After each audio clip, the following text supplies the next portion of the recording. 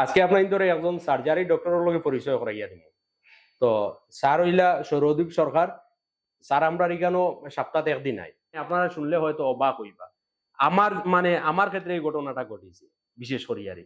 তো রমজানও একজন মহিলা, অসহায় মহিলা আমার লগে যোগাযোগ করছেন। তানোর অপারেশন করাইতে লাগে, পাথর হইছে। তো ও হসপিটালও বা ও ডাক্তারের লগে যোগাযোগ করিয়া অ্যামাউন্ট কিছু বেশি হয়ে গেছে। তো তান্তানোর দ্বারা সব দেওয়া সম্ভব হইছে না।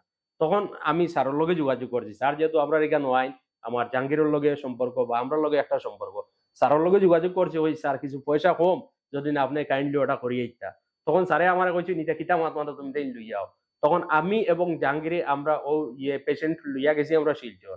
গিয়ে একদম কম পয়সার মাঝে একদিন না ২ দিনের ভিতরে মানে অপারেশন হয়ে গেছে, লগে লগে একদিন বেডত আসছেন, তাকিয়া লগে লগে সুস্থ করিয়া দিছে। তো স্যারর ইকটা হইলো মানে সামনে হওয়া ঠিক হন না। তো আপনার উদ্দেশ্য কইয়ার যে আপনারা বুঝুন, একজন মানুষ, একজন ডাক্তার, ডাক্তার হিসাবে মানে পয়সা করি তো জীবনের সবরও প্রয়োজন। কিন্তু স্যারর মতো মানে এরকম অসহায় মানুষের যেরকম স্যারে মদত করেন, সাহায্য করেন, অত হইলো স্যারর মানে কৃতিত্ব।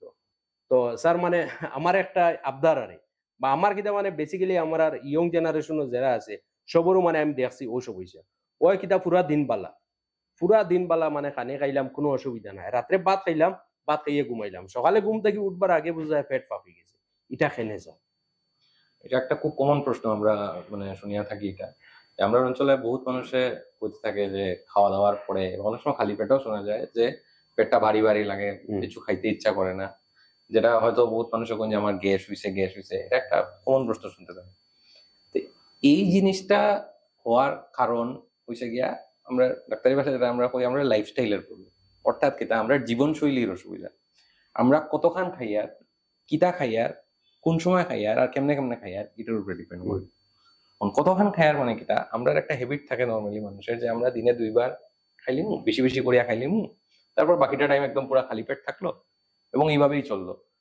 এটা একটা প্রধান কারণ গ্যাস হওয়ার। আমরা জানি খাওয়া দাওয়া ভালো ডায়েটারি হ্যাবিটের মধ্যে যেটা আজকাল কয় আর কি, যে অল্প অল্প করিয়া বারবার খাইতে লাগে। যে জিনিসটা আপনি ধরেন ২ বার বেশি বেশি করিয়া খাইতা, ওইটারে ভাঙ্গিয়া ভাঙ্গিয়া অল্প অল্প করিয়া খাইতা। এটা হচ্ছে কতখান খাইতা, কিভাবে খাইতা, এই ভাঙ্গিয়া ভাঙ্গিয়া অল্প অল্প করিয়া। কি কি জিনিস খাইতা, খাওয়া দাওয়ার মধ্যে তেল জাতীয় জিনিস বা ভাজা পোড়া জাতীয় জিনিস যত কম খাইবা তত এইসব পেটের প্রবলেম খুব কম হইব। এখন তো ভাজা পোড়া জিনিস তো ধরেন খাইতা না, তা খাইতা কিতা, শাকসবজি বেশি খাইবা, জল পর্যাপ্ত পরিমাণ খাইবা। ২ থেকে ৩ লিটার জল খাওয়া যে কোনো প্রাপ্তবয়স্ক মানুষের লেগে অ্যাডভাইস। তো আপনি এটলিস্ট গরমকালে ৩ লিটার জল তো মিনিমাম খাইতে লাগবে। আর হচ্ছে কোন সময় খাইতা, দেখুন ঘুম থেকে ওঠার পরে সবচেয়ে ইম্পর্টেন্ট খাবার যেটা আমরা রয়েছে গিয়া ব্রেকফাস্ট। আমরা কইতে কই ব্রেকফাস্টটা আমরা সবসময় স্কিপ করিয়া যাই।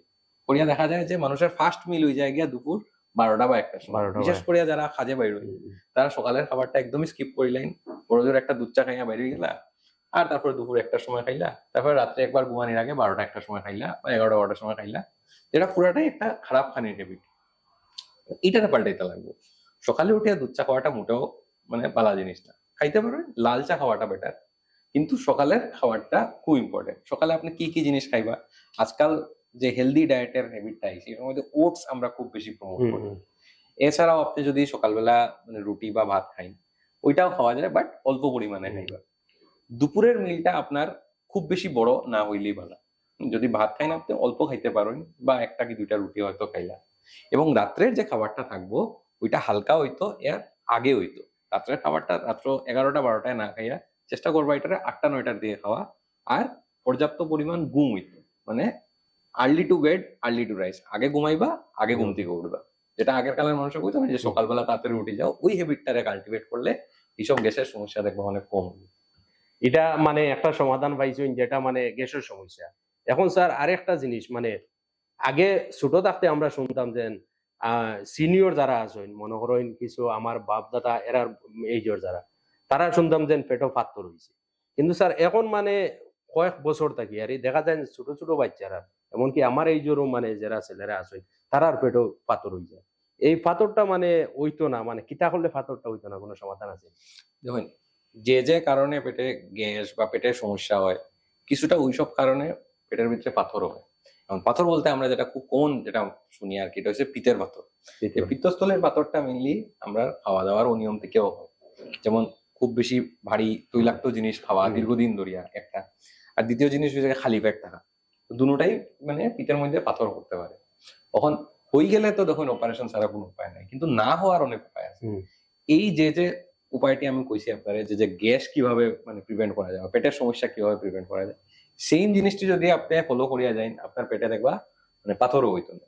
এছাড়াও এক্সট্রা আপনি একটু কেয়ারফুল থাকবা হইছে গিয়া, যখন মাছ মাংস খাইবা লগে মানে পর্যাপ্ত পরিমাণে শাকসবজিটারেও এড করবা খানির মধ্যে, ঠিক আছে? আর কোন রকম পেটে ব্যথা ট্যাথা যদি হয়, একটু রেগুলার চেক আপ করাইতে থাকবা। এগুলি জিনিস করলেই আপনার পাথর বা এই জাতীয় সমস্যা প্রিভেন্টেড থাকবো। স্যার আরেকটা জিনিস হইলো পেটও পাথর হয়ে গেছে, তো পাথরটা অপারেশন না করিয়া ঔষধের দ্বারা মানে চালানির কোনো উপায় আছে? পেটের মধ্যে পাথর মানে পিত্তথলির মধ্যে যদি পাথর একবার হয়ে যায়, না হওয়ার লেগে ওষুধ আছে, বা মানে লাইফস্টাইল চেঞ্জ, মানে খাওয়া দাওয়ার মধ্যে অনেক চেঞ্জ আনিয়া এটারে আটকানি যায়। কিন্তু হয়ে গেলে এটার আর কোনো উপায় নাই, এটারে অপারেশন করতে লাগে। কারণ কি, তা একবার যার ধরেন পিত্তস্থলিতে পাথর হয়ে গেছে, হুম। তার পিত্তস্থলিতে ইনফেকশন হওয়ার চান্স অনেক বেশি বাড়ি যায়। যে কোনো সময় এটা তো একিউট পেইন নিয়ে আইতে পারে, বা এবং আমরা অঞ্চলে দেখছি অনেক সময় পাথর থাকতে থাকতে থাকতে থাকতে গল ব্লাডারের খারাপ রোগ বা ক্যান্সার জাতীয় রোগের দিকেও যেতে পারে। তো যার গল ব্লাডারে ধরেন পাথর হয়ে গেছে, তার ক্ষেত্রে অপারেশন করাটাই একমাত্র সলিউশন। মানে অপারেশন করানিও লাগবো মাছ? করাইতেই লাগে। কারণ পাথর হইছে মানে কোন বিভাগের ডাক্তার দেখাইলে মানুষ উপকৃত হইব বা মানুষের মানে ইয়ে হইব, জিনিসটা ভালো হইব? দেখুন, পাথর দুই ভাবে ধরা পড়তে পারে। এক, অনেকের ক্ষেত্রে দীর্ঘদিন ধরে চিমচিম একটা পেটে ব্যথা বা হজমের সমস্যা। তো যখন এরকম ক্ষেত্রে আয়, অনেক সময় রোগীরা নিজেরাই হয়তো নিজেরা থেকে সোনোগ্রাফি একটা করাইয়া রিপোর্ট নিয়ে আইতে পারে। বা অনেক সময় হয় কি, খুব বেশি পেটে ব্যথা, একিউট পেইন নিয়ে আয়। তো এরকম যদি হয় যে না একিউট পেইন নিয়ে আইছে, তখন আপনার কাছে নিয়ারেস্ট যে ডক্টর আছে তারাই দেখাইতে লাগবে, তখন তো আপনার রিলিফ পাওয়াটা মেইন। কিন্তু আলটিমেটলি আপনার যখনই পাথর ধরা পড়ছে, বা যখন আপনি জানি লাইছেন যে পাথর, আপনার একজন সার্জনের কাছে দেখাইতে লাগবে, কারণ এটা সার্জারি ডিপার্টমেন্টেই অপারেশনটা করে।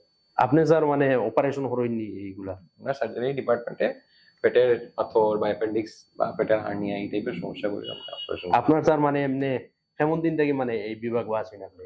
আমি এক্সপিরিয়েন্স? শিলচরে আছি দীর্ঘ 3 বছর ধরে। এর আগে আমি কলকাতাতে আসলাম এবং আমরা এই বিভাগেই কাজ করে যাচ্ছি। মানে আপনি সার্জারি বিভাগে আছেন এখন পর্যন্ত? আইডিয়া আছেন স্যার মানে কতটা অপারেশন হচ্ছে?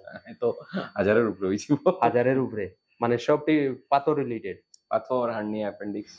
তো স্যার তো বেসিক্যালি শিলচরও থাকেন, কিন্তু আমরা এই সাইড হইলো গ্রামাঞ্চল। তো স্যার আমরা এখানে সপ্তাহে একদিন রবিবারে আই। তো আপনারা যদি কোনো মানে কেউ ইচ্ছা হয় স্যারডে দেখাইতা পাথরের সমস্যা লইয়া বা যে কোনো পেটের সমস্যা লইয়া, স্যার অ্যাভেলেবল শিলচর আছেন। শিলচর গেলে নিচে কন্ট্যাক্ট নাম্বার আছে, আমরা লগে কন্ট্যাক্ট করলে আমরা স্যারের লগে মিলাইয়া দিব। তাছাড়া আমরা এখানে সপ্তাহে একদিন আপনারা দেখাইতে পারবা। যদি না আপনারা আর কেউ দেখানোর ইচ্ছা থাকে, নিচে কন্ট্যাক্ট নাম্বার দেওয়া আছে, কন্ট্যাক্ট নাম্বারে কন্ট্যাক্ট করি আপনারা টুকন বুকিং করতে পারবেন। ধন্যবাদ।